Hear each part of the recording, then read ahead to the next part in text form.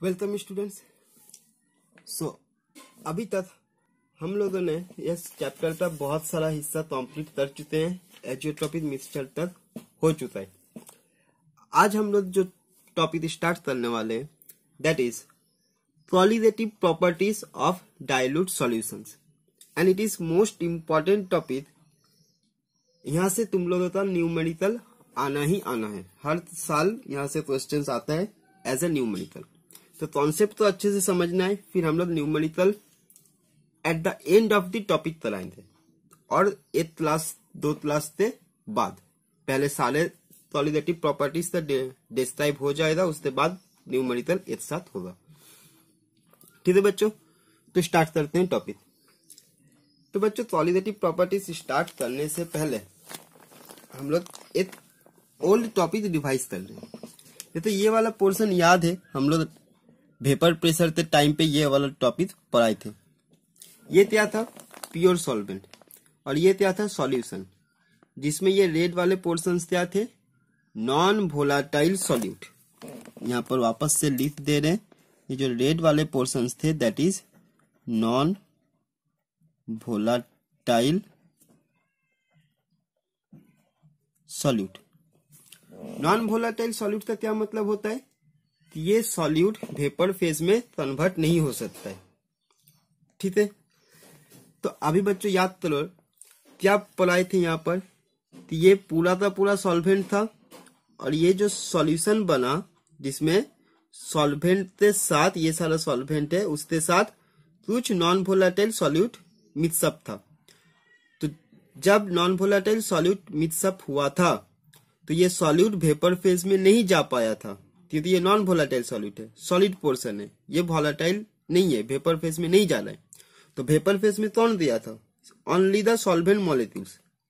But remind in this portion आपका जितना भी टोटल सॉल्वेंट मॉलिक्यूल्स थे, सारा सॉल्वेंट मॉलिक्यूल्स वेपर फेज में जा सकता है। लेकिन यहाँ पर आपके जो सॉल्वेंट मॉलिक्यूल्स थे उसका कुछ सॉल्वेंट मॉलिक्यूल्स का जो पोर्शन है वो कौन ऑक्युपाई किया है? सॉल्यूट। तो यहाँ से जो सॉल्वेंट मॉलिक्यूल्स वेपर फेज में जाएंगे उनका नंबर क्या था? लेस नंबर था कंपेयर टू दिस। तो वेपर फेज में मोर नंबर ऑफ मॉलिक्यूल्स कहाँ थे? प्योर सॉल्वेंट में कंपेयर टू द सॉल्यूशन। तो अगर मोर नंबर ऑफ मॉलिक्यूल्स प्रेजेंट है तो वेपर प्रेशर भी किसका हाई होगा? सॉल्वेंट का कंपेयर टू सॉल्यूशन। यही हम लोग पढ़े थे, जो यहाँ पर लास्ट में लिख दिए थे। The vapor pressure of the solution is less than the vapor pressure of pure solvent. इसका वेपर प्रेशर हाई है ना, इसका वेपर प्रेशर लेस है। तो अभी बच्चों हम लोग इसी टॉपिक के ऊपर आगे बढ़ेंगे।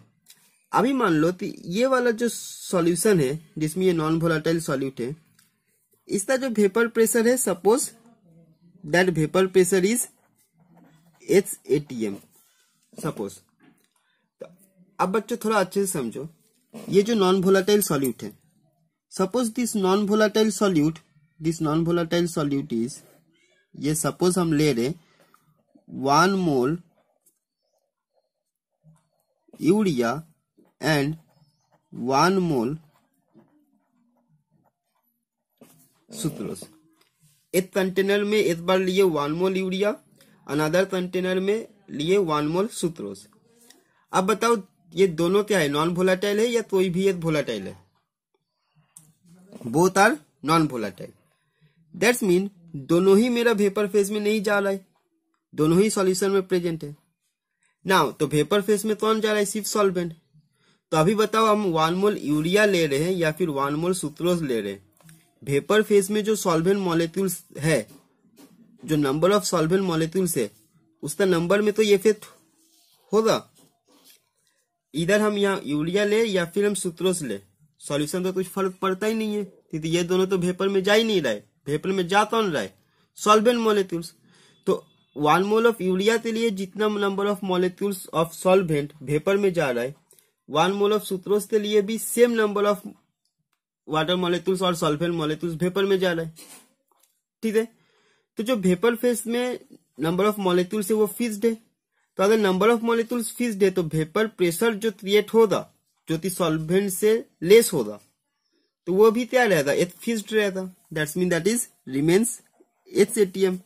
For both the 1 mole urea and 1 mole sucrose. चाहे कोई भी ले लो, जो वेपर प्रेशर है वो मेरा सेम रहेगा। For 13 non volatile solute. Remember non volatile, अगर वोलाटाइल लेते तो चेंज होता, क्योंकि वोलाटाइल मतलब वो भी वेपर फेज में जा रहा है, but we are discussing about only non volatile solute. समझ में आया? तो नॉन वोलाटाइल हम कोई भी सॉल्यूट ले ले, सॉल्वेंट ही सिर्फ वेपर में जाएगा, इसलिए सॉल्यूशन का जो वेपर प्रेशर बनेगा वो हमेशा सेम रहेगा। तो बच्चों देखो, हम लोग नॉन वोलाटाइल सॉल्यूट लेने से ये जो वेपर प्रेशर बना वो फिक्स्ड रहा। तो ऐसा ही कुछ प्रॉपर्टीज है सॉल्यूशन का which depends only on the number of particles, not on their character. मतलब मान लो कि सॉल्यूशन का ऐसा कुछ प्रॉपर्टीज है जो सॉल्यूशन में कितने सॉल्यूट लिए हैं नॉन वोलाटाइल, कितने मोल नॉन वोलाटाइल सॉल्यूट लिए हैं, सिर्फ वो नंबर का ऊपर डिपेंड करता है, उसका कैरेक्टर का ऊपर नहीं। मतलब वो कौन सा है इरेस्पेक्टिव ऑफ नेचर, उसके ऊपर नहीं। Those properties are known as qualitative properties. समझ में आया? अभी मान लो 1 मोल यूरिया और 2 मोल यूरिया, ये दोनों ले लेते हैं, तो इसमें लेस नंबर ऑफ सॉल्यूट है, इसमें मोर नंबर ऑफ सॉल्यूट है। So more number of solute will occupy more spaces, तो वेपर प्रेशर क्या होगा, और भी घट जाएगा। ठीक है, तो नंबर ऑफ पार्टिकल्स के ऊपर वेपर प्रेशर मेरा डिपेंड कर रहा है, ना कि कैरेक्टर के ऊपर। तो ऐसा प्रॉपर्टीज तो हम लोग बोलते हैं क्वालिटेटिव प्रॉपर्टीज। नाउ ये क्वालिटेटिव प्रॉपर्टीज क्या हर सॉल्यूशन के लिए एप्लीकेबल है?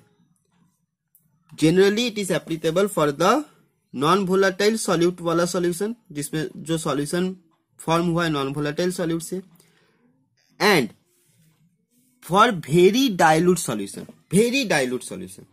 ठीक है, because at very dilute condition solutions behave more or less ideally. Ideal solution की तरह वो बिहेव करता है वेरी डाइल्यूट जब हम लोग करेंगे तब। समझ में आया? हम लोग डेफिनेशन बताएंगे, लिखा देंगे अभी। तो समझ में आया कि क्या हुआ क्वालिटेटिव प्रॉपर्टीज? प्रॉपर्टीज जो सिर्फ नंबर ऑफ पार्टिकल्स के ऊपर डिपेंड करे, number of non volatile solute particles के ऊपर डिपेंड करेगा, उसका नेचर का ऊपर नहीं, उसको हम लोग बोलेंगे क्वालिटेटिव प्रॉपर्टीज। अब ऐसा क्वालिटेटिव प्रॉपर्टीज कितना होता है? We have total 4 qualitative properties. First, ये जो वेपर प्रेशर डिक्रीज हुआ ये वाला, lowering in vapour pressure. Second होता आपका elevation in boiling point, boiling point बढ़ जाता है। Depression in freezing point, freezing point घटता है। And fourth one is osmotic pressure. ये 4 आपके क्वालिटेटिव प्रॉपर्टीज होते हैं। कौन कौन सा? Lowering in vapour pressure, elevation in boiling point, depression in freezing point and osmotic pressure. समझ में आया? तो अब बच्चों याद रखना है कि ये जो चारों क्वालिटेटिव प्रॉपर्टीज है, all 4 are inter related with each other, inter related with each other. अगर हम लोग कोई एक भी कैलकुलेट कर ले तो हम लोग अदर्स क्वालिटेटिव प्रॉपर्टी को भी कैलकुलेट कर सकते हैं। ठीक है, अब डाइल्यूट कंडीशन अगर हुआ तो हम लोग ये जो वैल्यूज होते हैं, कितना वेपर प्रेशर घटा, कितना बॉइलिंग पॉइंट बढ़ा, ये सारे हम लोग इजिली कैलकुलेट कर पाते हैं for dilute solution. That's why this topic is known as qualitative properties of dilute solutions. ठीक है बच्चों, यहां तक समझ में आया कि क्या हुआ? अच्छा, तो आगे बढ़ते हैं आप क्वालिटेटिव प्रॉपर्टीज के एक्चुअल बारे में।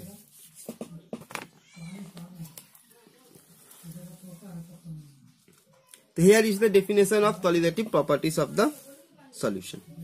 देखो, the properties of the solution, basically this is dilute solution, the properties of the solution which depend only on the number of solute particles, non-volatile solute particles, irrespective the nature of the solute।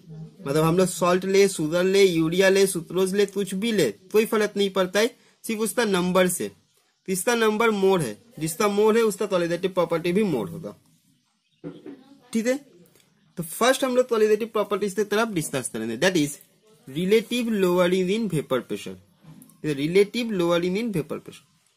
तो बच्चों अच्छे से समझो, जब हम लोगों ने ये लिए थे, this is pure solvent and this is solution, तो वेपर प्रेशर किसका हाई था? सॉल्वेंट का। सॉल्यूशन था तो वेपर प्रेशर घटा ना। तो प्योर सॉल्वेंट का वेपर प्रेशर हम लोग एज्यूम किए थे by the symbol P0 pure solvent था P0 और सॉल्यूशन के लिए सिंपल P। अब अगर A और B किसके लिए था, सॉल्वेंट के लिए A और अदर सॉल्यूट के लिए B। समझ में आया? प्योर सॉल्वेंट का जो वेपर प्रेशर है दैट इज P0 और सॉल्यूशन के लिए P। तो अभी हम लोग वही तो एज्यूम करते हैं, vapour pressure of pure solvent is P0 और vapour pressure of solution is P। समझ में आया? तो अब देखो सॉल्वेंट का वेपर प्रेशर हाई होता है और सॉल्यूशन का लेस होता है, ये पता है। तो सॉल्वेंट से जब सॉल्यूशन बना by adding non volatile solute तो वेपर प्रेशर कितना डिक्रीज हुआ वो कैसे पता चलेगा? By minus of this two, this is higher value, this is less, तो इस दोनों तो माइनस कर देंगे। तो लोअरिंग इन वेपर प्रेशर मेरा क्या हुआ देखो, तो लोअरिंग इन वेपर प्रेशर मेरा क्या हुआ, तो जो P0 था सॉल्वेंट के लिए माइनस कर दो सॉल्यूशन था, दैट इज लोअरिंग, इतना मेरा घटा। सपोज H ATM इसका वेपर प्रेशर था और इसका Y, तो H माइनस Y होता आपका लोअरिंग। तो ये डिक्रीज हुआ, चेंज हुआ, तो इसको हम लोग डेल्टा P से डिनोट करते हैं, ये हम लोग को पता है। Now relative lowering in vapour pressure, relative lowering का मतलब क्या हुआ, इतना वैल्यू मेरा घटा। सपोज पहले था 5 ATM, अभी हुआ 2 ATM, तो कितना घटा 3, लेकिन वो पहले के रेस्पेक्ट में कितना घटा उसके लिए हम लोग रिलेटिव निकालना पड़ता है। तो जितना घटा divided by initial value, that's why relative lowering of vapour pressure क्या हुआ, P0 minus P by P0। Relative निकाल रहे, पहले के रेस्पेक्ट में कितना घट रहा है, तो ये था P0 माइनस P मतलब डेल्टा P, और ये हो गया आपका P0 इनिशियल। समझ में रिलेटिव लोअरिंग।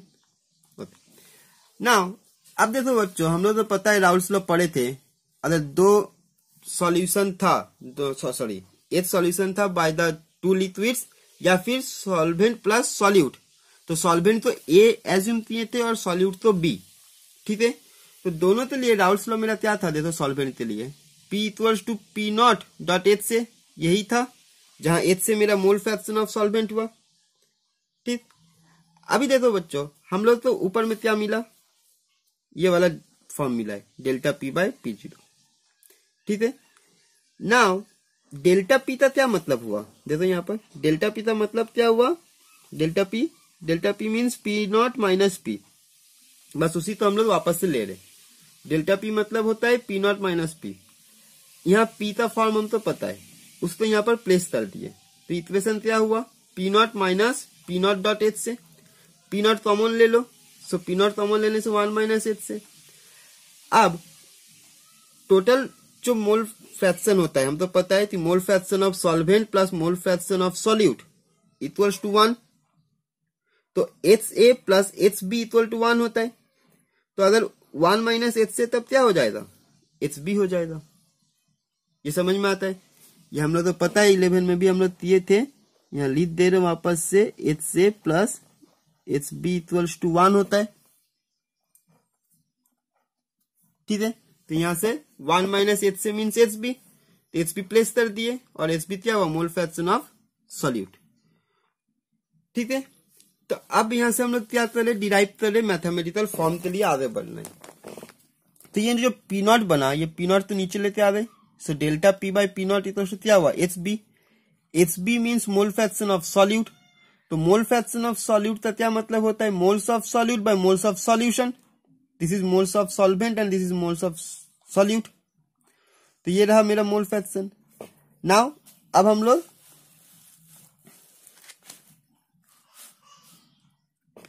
क्या थी, ये वाला पोर्शन और ये वाला पोर्शन तो ले रहे सिर्फ, ठीक है। तो ये जो इक्वेशन बना इसको पूरा रिवर्स कर दिया, उल्टा कर दिए। तो देखो जो P0 नीचे था वो ऊपर चला दिया और जो डेल्टा P ऊपर था वो नीचे आ गया, तो सिमिलरली ये भी ऑल्टरनेट हो जाएगा। अब यहाँ पर सिर्फ मैथमेटिकल कैलकुलेशन थी, Na बाई NB और NB by NB plus equal to +1, ये Na बाई NB हुआ और प्लस ये NB बाई NB होता है, दैट इज 1। बस अब सिंपली 1 तो इधर लेते आ जाओ, ये कैलकुलेशन तो इजी के लिए डेल्टा P तो यहाँ पर वापस से P0 माइनस P में लिख दिए, ये 1 यहाँ आ गया, इक्वल टू क्या बचा, सिर्फ Na बाई NB। अब देखो बच्चों, ये जब ऊपर जाएगा यहाँ पर तो क्या होगा, माइनस P0 प्लस P, तो P0 कैंसिल हो जाएगा, बचेगा ऊपर में सिर्फ P, तो फाइनल फॉर्म क्या हुआ, P by P0 minus P। Equals to यही था। ठीक, अब वापस से इसको हम लोग रिवर्स कर दे रहे, तो क्या हुआ, पी नॉट माइनस पी मतलब डेल्टा पी, ऊपर चला दिया रिवर्स होने के बाद, तो डेल्टा पी बाई पी, और ये भी N B by N A हो गया। ठीक है, तो वही रहा पी नॉट माइनस पी, मतलब इसको अगर उल्टा कर दे रहे तो P not minus P by P equals to N B by N A, mole fraction, mole of solid by mole of solvent. अब मोल का क्या डेफिनेशन होता है, given mass by molar mass, तो एन बी का हम लोग गिवन मास मतलब जो सॉल्यूट है उसका गिवन मास अगर डब्ल्यू मान ले और मोलर मास अगर एम मान लेते दोनों के लिए, सॉल्यूट एंड सॉल्वेंट, तो एन बी का प्लेस में हो जाएगा आपका W B by M B, और एन ए का प्लेस में होगा W A by M A. तो वही ऊपर नीचे कैलकुलेट करने के बाद ये वाला फॉर्म आ रहा है। ठीक है बच्चों, तो ये वाला फॉर्म आपका मैथमेटिकल न्यूमेरिकल के लिए काम आएगा, इसको हटा देना है, सिर्फ इसके साथ इसका रिलेशन याद रखते हैं। तो P not minus P by P equals to W B that is given mass of solute into M A that is molecular mass of solvent by M B that is molecular mass of solute into W A that is given mass of solvent. ठीक है, जो W है वो given mass है for solute and solvent both, जो M है वो molecular mass है for solvent and solute both. तो ये आपका relative lowering in vapour pressure का मैथमेटिकल फॉर्म हुआ। यहां से हम तो सिंपली क्या पता चल रहा है कि जो भी मेरा relative lowering in vapour pressure है वो मोल्स ऑफ सॉल्यूट के साथ डायरेक्टली प्रोपोर्शनल हो रहा है। ठीक है, तो बच्चों इसको अच्छे से नोट डाउन कर लेना स्टेप बाय स्टेप। हम वापस से पॉज करने के लिए बोल दे रहे हैं, आप लोग पहले इतना सा पोर्शन लिख लो, इतना सा लिखो, चलो लोअरिंग तक पॉज करते स्क्रीनशॉट ले लेना। ठीक है, लोअरिंग से आगे बढ़ते हुए चलो इतना दूर तक ले लो, इक्वेशन नंबर 1 तक हो चुका। Okay, now complete.